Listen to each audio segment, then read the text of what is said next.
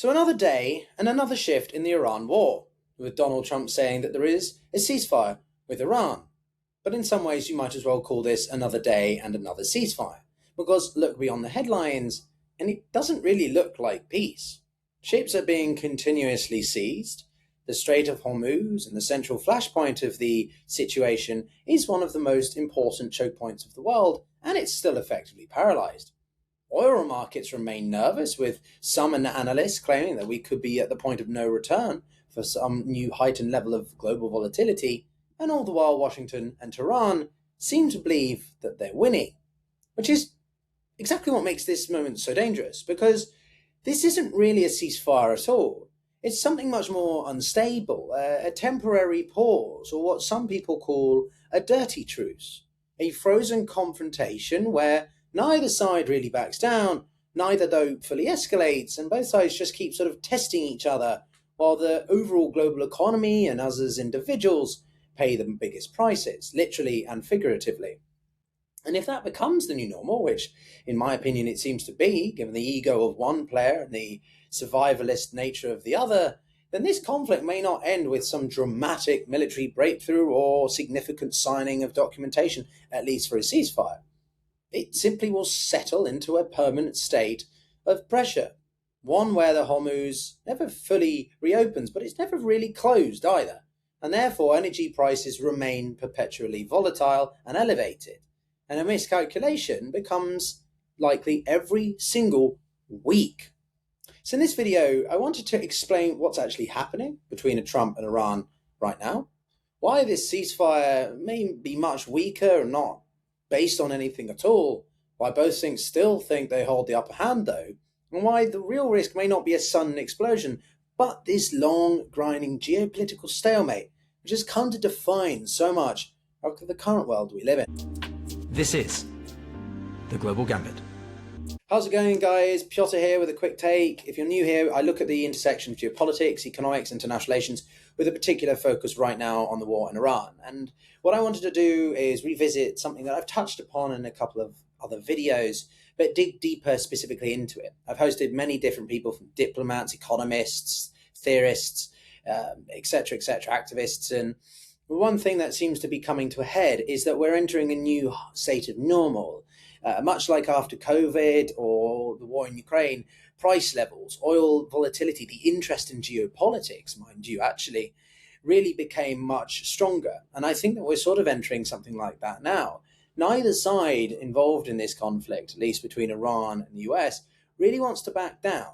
And so are we just going to see a heightened level of prices now, a new intensification on fuel, on food access, on everything that we've taken for granted in the past 15, 20 years, and it's just going to add another layer of inflationary pressure and other things like that. So, because there's something deeply surreal about this entire situation, because Trump is saying that there is the ceasefire, but Iran hasn't surrendered.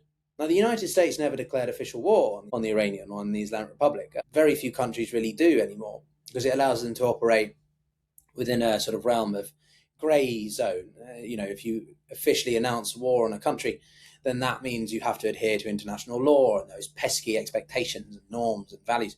And no country, well, at least one by perhaps the Trump administration or the IRGC and such, really wants to have to bother with those.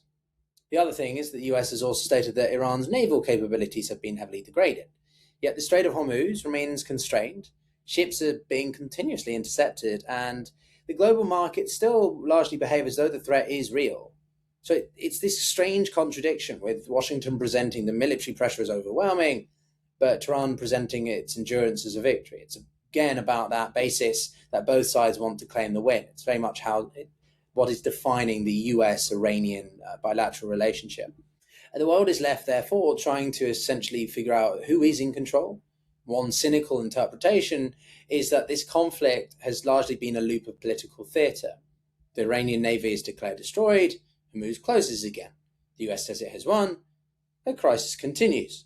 Trump frames the conflict as a success, Iran frames survival as proof of resistance, and somewhere in the middle, the global economy remains hostage to a confrontation that neither side fully resolves nor really wants to. So that contradiction matters because perception increasingly shapes the reality, especially in modern conflict and geopolitics. If markets believe that Hormuz remains vulnerable, then energy disruption remains real, regardless of who claims victory.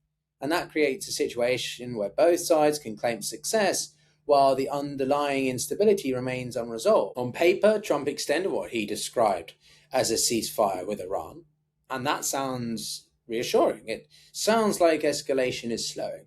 But then, within hours of the extension, the IRGC reportedly has seized merchant vessels in the Strait of Hormuz, another vessel being fired upon and left stranded. And that immediately tells you the critical aspect is that Iran does not appear to see this as a moment of retreat. If anything, it appears determined to take advantage, take the risk, and retain the leverage, emphasizes leverage. And so leverage is not symbolic, it's always geographical, particularly in Iran's case. So if the Hormuz slows down or becomes improductible even more, then the consequences can affect the whole of the Middle East and the Gulf states even more.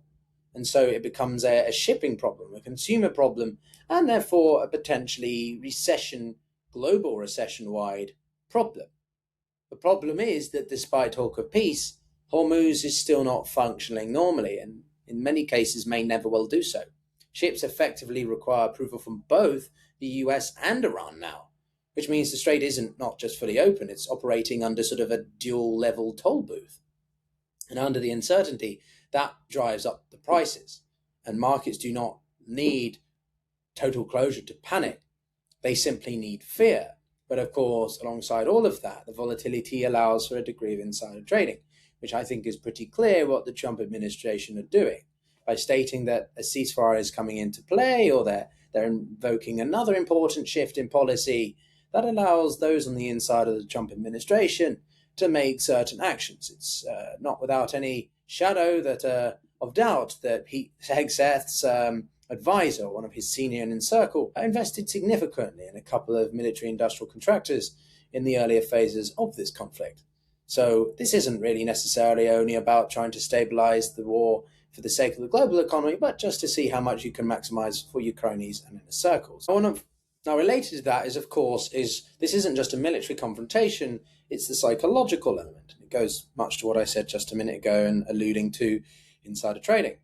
Both sides are concerned, or in one person's particular case, obsessed with their image. Trump wants to appear like the big dog, like the man who has it all under control and really doesn't think before he speaks. And I feel like I'm living in a comedy show, in a caricature of life itself with this bloke and everything that he does, everything that he says. Somehow he still remains in power. Conversely, Iran wants to appear defiant because it wants to be standing up to the global imperialist power of the United States, the bully, the overarching influencer or destabilizer of the Middle East and broader Islam. Trump has repeatedly framed this conflict as a pressure campaign that is working. He claims Iran is collapsing financially. He claims Tehran is losing hundreds of millions of dollars per day. He insists that the naval blockade is hurting Iran severely. And politically, he really needs that narrative to hold. Because if he appears to soften, critics will argue he escalated without achieving anything, let alone a decisive victory. Conversely, Iran faces the opposite problem. The Islamic Republic cannot appear to cave, especially domestically. Iranian leaders already face the internal pressure, economic frustration, and whilst Iran is on the verge of collapse, it can't be denied that the economy hasn't been in a worse shape and the country is reeling from the conflict and damages it's taken from the aerial campaigns of Israel and America. So if Tehran looks as though it's surrendered to Trump's demands, it risks appearing weak to its own population. And authoritarian systems, of course, need fear and intimidation to ensure that they can survive and stay in power. So the rhetoric matters because Trump publicly claiming Iran has accepted major demands, including concessions tied to its nuclear program, have to be firmly rejected by Tehran. And according to some, Iranian officials have reportedly been angered by the suggestion that they have capitulated, and it's the overstepping of Trump in saying that they've completely capitulated instead of just compromising, which is leading to the pushback by the Iranians. Seemingly, if Trump wasn't so extreme in the suggestions of the country's state or the conditions of leadership within the Islamic Republic, then they might actually be more willing to relinquish some of that narrative control. Who looks stronger, who appears to blink fast, and Therefore, who's willing to make genuine negotiations occur? So at its core, this confrontation ultimately comes down to one simple question: who can endure more pain? Because ceasefires in conflicts like this are really about trust. They are about exhaustion. Neither of these two are going to exactly trust one another once a ceasefire is in place, if ever. It's much more about the diplomacy and the economics. How long can Iran tolerate sanctions, blockades, and economic isolation? How long can Trump tolerate oil volatility, market stress, or maximize his own insider gains? So the ceasefire feels unstable because it's not built on reconciliation. That's never going to happen. It's built purely on calculation. Who can squeeze more from their opponent? And so calculation changes when pain becomes unbearable. Iran appears to believe it has a higher pain threshold than the US. That is not necessarily because Iran is physically stronger, but because it has lived under the guise of sanctions, economic isolation, and pressure for decades. Iranian leadership may believe that Washington lacks patience. Trump wants fast wins, fast headlines, quick agreements, and so Iran's strategy is simply to drag it out as much as possible. I think that's been their overall strategy from the Iranians from the beginning. Wait for the political fatigue, which I think in the eyes of the IGC has been taking longer than they envisaged, even with Donald Trump. Because even if Iran suffers economically, it may calculate that the US suffers way more politically. And the longer this goes on, Trump is trying to find off-ramps, so is claimed, but then he keeps talking to the media and completely shooting himself in the foot. And then his administration have to clean up the mess. American administrations are highly sensitive to the oil prices, to inflation, to market instability. And the fuel costs rising significantly all come back down to the taxpayer, all of whom are really showing in the polls just how they feel about not just this war, but about Trump and the MAGA movement more broadly. So Iran may not need to win militarily. It may only need to create enough disruption that Washington decides the cost is just no longer worth it. But it's not as easy for the Americans to get out of this. They have to find a way to frame it effectively well enough that they can claim a win and back out. Let's just focus on this very quickly, because every time Trump escalates rhetorically and then pauses, people emphasize that this is the perception of deterrence. This is where phrases like Trump always chickening out or taco is really becoming quite favorable and even more obvious in this case. He completely does the same thing again and again, drawing the red lines and then takes a step back. He did it over the deadlines, the oil markets, he's done it over Russia, he's done it over Ukraine, he's done it over the Europeans. Supporters argue he's avoiding a dangerous, disastrous regional war. Both interpretations could be true, because if Trump pushes it too far, the IRGC might think their existential survival is on the line and respond all out. But let's be honest here, this is Donald Trump we're talking about. And even though I tried to find a more intellectual aspect to it, what's driving him, or as one guest said relatively recently, sanewashing, there isn't any. And I, for one, need to accept that there isn't. But therefore, it's incredibly disturbing that this individual, this orangutan, runs the most powerful country, the most powerful economy, the most powerful military in the world. How far does Trump have to be pushed before he feels that his ego isn't being threatened? How far can things go before he feels that he's finally achieved what he personally is happy with, let alone what the country, or hang what his political supporters, the people who actually put him in office, feel? And I very worry much that this is going to a place that people don't fully appreciate. Simply that the most concerning scenario is not maybe total war, something more quiet. There's this semi-permanent confrontation. There's what I alluded to at the beginning of the video about a dirty ceasefire or frozen crisis. Now, a frozen conflict means that really not much happens at all, but this does have enough movement because the Strait of Hormuz is as important and busy as it is.